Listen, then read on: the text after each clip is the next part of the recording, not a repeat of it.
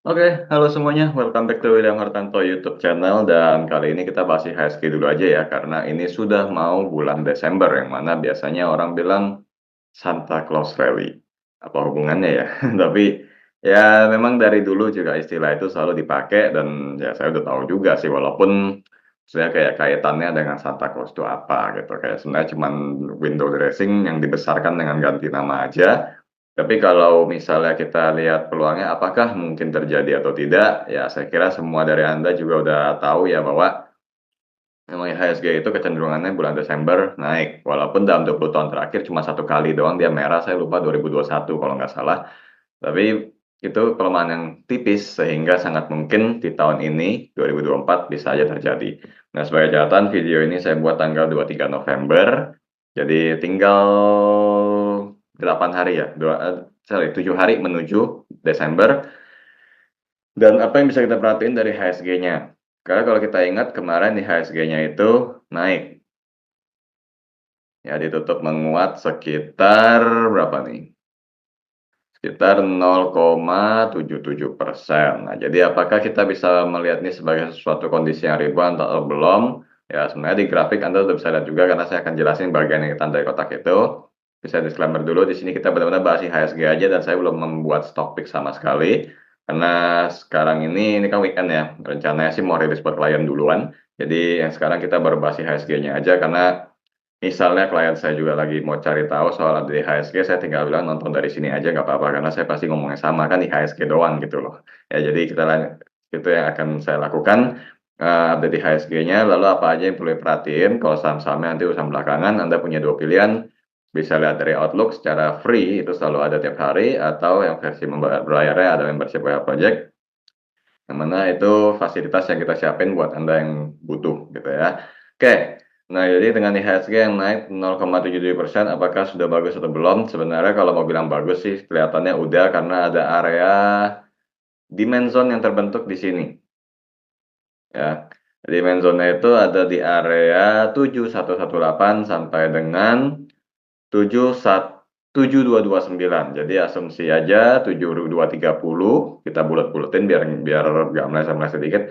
7100 sampai dengan 7230. Memang area ini belum tembus, tapi kelihatannya sudah cukup menjanjikan. Dan ini tetap masih ada potensi untuk false break seperti yang terjadi pada seminggu sebelumnya. Di sini juga sempat kelihatan nih HSG kayak mau bikin demand zone, ternyata false break ya, benar-benar resistannya di tanggal 13 November sampai tanggal 12 November. Malah, maksud saya dari 8 November, 12 November angkanya mirip-mirip, highest-nya itu di 7350, tanggal 12 November ada 7344, beda 4 poin, dan di 13 November digagalkan dengan opening yang sangat mirip, sangat mendekati ya. Di tanggal 13 Novembernya itu openingnya 7344 juga, tapi malah turun. Itu menunjukkan bahwa kalau masih di main zone memang nggak perlu terlalu agresif, karena ada kemungkinan untuk gagal. Tapi berarti yang di sini kita belum tentu bisa langsung agresif beli juga, apalagi di trading view nggak kasih lihat volume, jadi saya nggak tahu ya. Dan resisten pada 7230 ini memang harus ditembus dulu pada pekan depan, alias penutupan bulan November nanti, yang mana itu juga akan mengkonfirmasi pembentukan candle bulanan IHSG. Apakah akan tetap lanjut merah atau berhenti? Kalau lihat dari pergerakan bulanan, memang ada kemungkinan lanjut. Ya, sesuai dengan yang saya tandain di kotak tadi, yaitu karena adanya gap. Tapi gap ini saya ragu-ragu. Karena di versi trading view yang lain, kalau dibuka di sekuritas punya OLP, kadang-kadang ada yang gapnya hilang. Memang ribetnya pakai trading view ya gitu ya, datanya berubah-berubah. Saya juga nggak ngerti lah maunya gimana, jadi saya pakai yang asli dari trading view aja. Asumsi saya data yang mestinya lebih benar, gitu aja. Nah, kalau misalnya ternyata memang tidak jadi menguat di atas 730, ya udah tungguin aja. Tutup gapnya berarti di 6, di 6968. 6968 menurut bahan angkanya. Jadi tutup gap sampai di sini, baru mulai penguatan akan terjadi. Itu akan mengakhiri pelemahan di bulan November. Mungkin beberapa dari Anda akan notice di bagian sini juga seolah-olah ada gap, tapi sudah tertutup ya. Kalau kita lihat di sini, highest-nya 6285, dan di tanggal 21 Juni highest-nya 6283. Jadi yang ini nggak kehitung karena udah ketutup. Kalau ini benar-benar gap-nya masih kosong dan kalau chartnya benar itu mungkin jadi target IHSG untuk pelemahan yang sisa-sisaan aja dan itu nggak terlalu susah untuk tercapai sih. Walaupun sebenarnya chance naiknya udah lebih besar saat ini.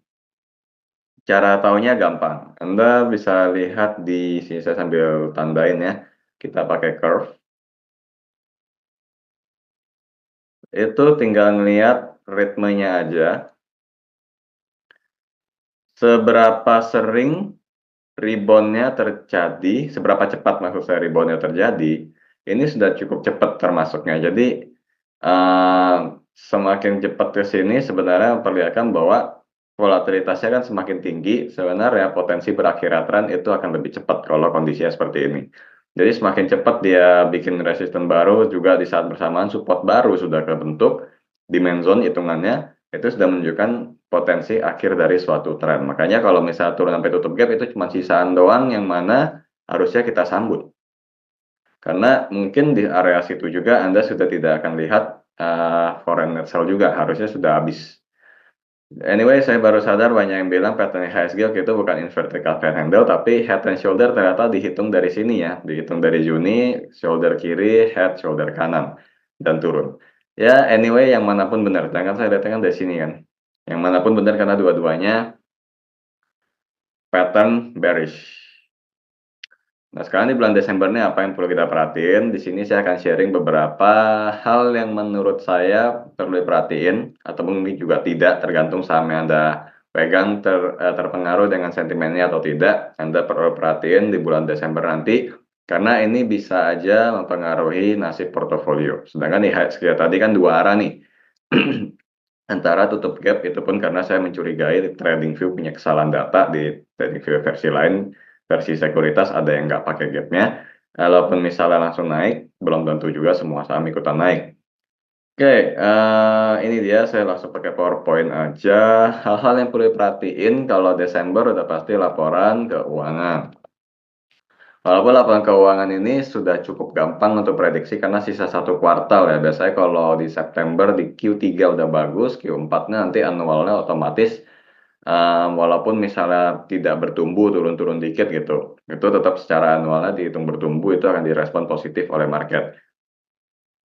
Ya, laporan keuangan memang Desember selalu diperhatiin karena Desember itu sebenarnya window dressing gitu kan, window dressing Q4.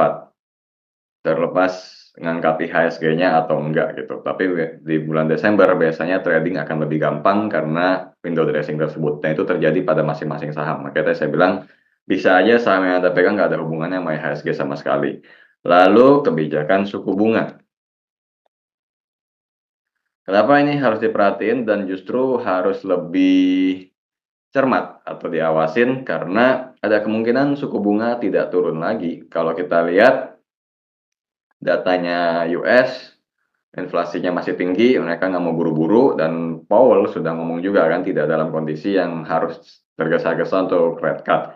Lalu BI rate juga nggak di cut juga kan, tetap aja kan. Jadi kelihatannya sentimen atau harapan suku bunga rendah itu benar-benar susah banget untuk terwujud. Jadi harus terima kondisi bahwa ini bisa aja nggak berakhir dengan sentimen positif untuk perbankan maupun properti. Walaupun di Indonesia saat ini kita ada Presiden Pak Prabowo lagi rencanain mau ini ya turunin nilai, menguatkan nilai rupiah dengan komoditas pertanian, lalu ada juga uh, penghapusan pemutihan utang ya. Terus sayangnya di tahun depan CPR naik 12%. Tapi kalau dilihat sebenarnya dari kebijakan pajak tersebut banyak pengecualiannya. Jadi itu cuma ngincar orang-orang menengah ke atas sih kelihatannya. Tapi tetap aja itu sentimen negatif. Jadi suku bunga itu bisa ngikut-ngikut dari sana. Gitu. Jadi kalau dengan ada kebijakan pajak dan lain-lain, terus inflasinya Indonesia tetap nggak bisa naik misalnya, itu suku bunga bisa diatur lagi nanti apakah perlu dinaikkan, perlu malah dinaikkan atau tetap lagi atau ikutin the Fed kalau the Fed mau cut atau enggak. Belum lagi karena di sana presidennya sekarang Trump itu paling suka membuat Amerika great again kan. Dari dulu hashtag MAGA-MAGA itu loh. Jadi ada kemungkinan rate cut itu susah untuk terjadi. Nah, terus foreign flow-nya gimana ya, perhatiin di Desember umumnya kalau window dressing foreign flow-nya kuat, tapi itu historical doang, history bisa berubah ya, bisa aja di tahun ini tetap foreign net flow, foreign net sale maksud saya, tapi net sale masih bisa naik, atau malah net sale terus, akhirnya IHSG-nya susah ke 8.000. Kebetulan memang dari WA Project juga proyeksinya IHSG akhir tahun susah ke 8.000 karena pertimbangan pertama ya penurunan di bulan November, terus karena foreign net sale yang nggak habis-habis. Ya, kami asumsinya kalau misalnya nggak bisa balik jadi net buy juga di Desember, naik ke 8.000 itu susah. Belum lagi Desember itu kan banyak liburnya. Sedangkan dengan level sekarang HSG 7.200 untuk ke 8.000 butuh naik 10% ke atas. Itu dengan jumlah hari market yang sedikit sebenarnya nggak gampang untuk mencapai level tersebut. Tapi in case salah nggak apa-apa kalau salahnya naik mah, ya kan. Sebenarnya selain tiga ini, saya kira udah cukup karena em, biasanya ada dari emiten-emiten yang bikin diskon-diskon segala macam, itu kan cuma sentimen khusus untuk emiten masing-masing, tapi in general yang bisa ngaruh ke IHSG dan sebagian besar saham sebenarnya tiga ini doang di sisa bulan Desember. Nah, apabila nantinya ada tambahan paling cuman program pemerintah. Dalam hal ini kita bicara realisasinya. Apakah sudah mulai ada yang bisa menarik atau menguntungkan emiten tertentu? Emiten itu bisa langsung Anda samber. Bisa langsung ambil kesempatannya, momentumnya, dan itu boleh abaikan IHSG-nya. Nah, kira-kira sebenarnya di bulan Desember seperti itu aja. Overall, kalau kita balik ke grafiknya tadi, saya belum buat kesimpulannya, nanti sia-sia nontonnya lagi kan. Overall, walaupun masih ada gap yang jadi tanda tanya beneran gap atau cuman data yang beda atau enggak, potensi IHSG naik sebenarnya udah lebih besar saat ini. Kita harapinnya sih nggak tembus di bawah 7.000. Kalau misalnya bisa bertahan saat ini, kita akan melihat dalam waktu dekat IHSG sudah menguat kembali. Ya targetnya tinggal lihat pivot-pivotnya ini aja. Resisten pertama tadi 7230, lalu resisten keduanya itu ada di area sini ya, tadi yang di 7340, baru penguatan lanjutan. Ini memang agak cukup panjang untuk membuat IHSG kembali ke 8.000, tapi kalau saya bisa menguat aja udah bagus, baru tahun depan lah bisa rame lagi. So, apakah sudah mulai bisa nyicil-nyicil? Jawabannya sih sudah bisa, tergantung sama apa yang Anda pegang. Karena kalau dari IHSG sendiri sih sudah menunjukkan jenuh jual ya. Jadi dari jenuh jual tersebut, kita tambahkan dengan indikator MACD, kita yang udah kelihatan ini sebenarnya sudah mau golden cross, sudah bullish divergence ya, sudah bullish divergence juga sebenarnya. Memang ada kemungkinan cukup besar IHSG akan melanjutkan penguatan atau mulai menguat di sisa akhir November sampai di awal Desember lagi nanti. Jadi tetap optimis, Anda masih bisa ketemu peluang yang bisa Anda ambil. Dan sekian video saya pada hari ini. Silakan like and dislike sebagai respon terhadap video ini, dan kita ketemu lagi di video selanjutnya. See you again. Bye-bye.